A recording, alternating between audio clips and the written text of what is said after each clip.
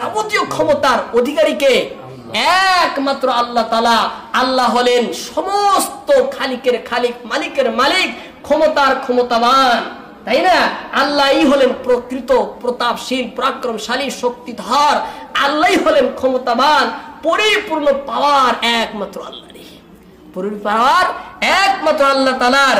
এই জন্য আল্লাহ বলেন ওয়ালিল্লাহি মুলকুস সামাওয়াতি ওয়াল আরদ, এই আসমান জমিনের সাম্রাজ্য একমাত্র আল্লাহর জন্য।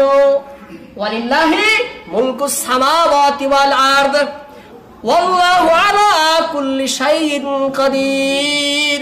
আর আল্লাহ তাআলা সমস্ত বস্তুর উপরে ক্ষমতাবান, পরিপূর্ণ ক্ষমতাশীল।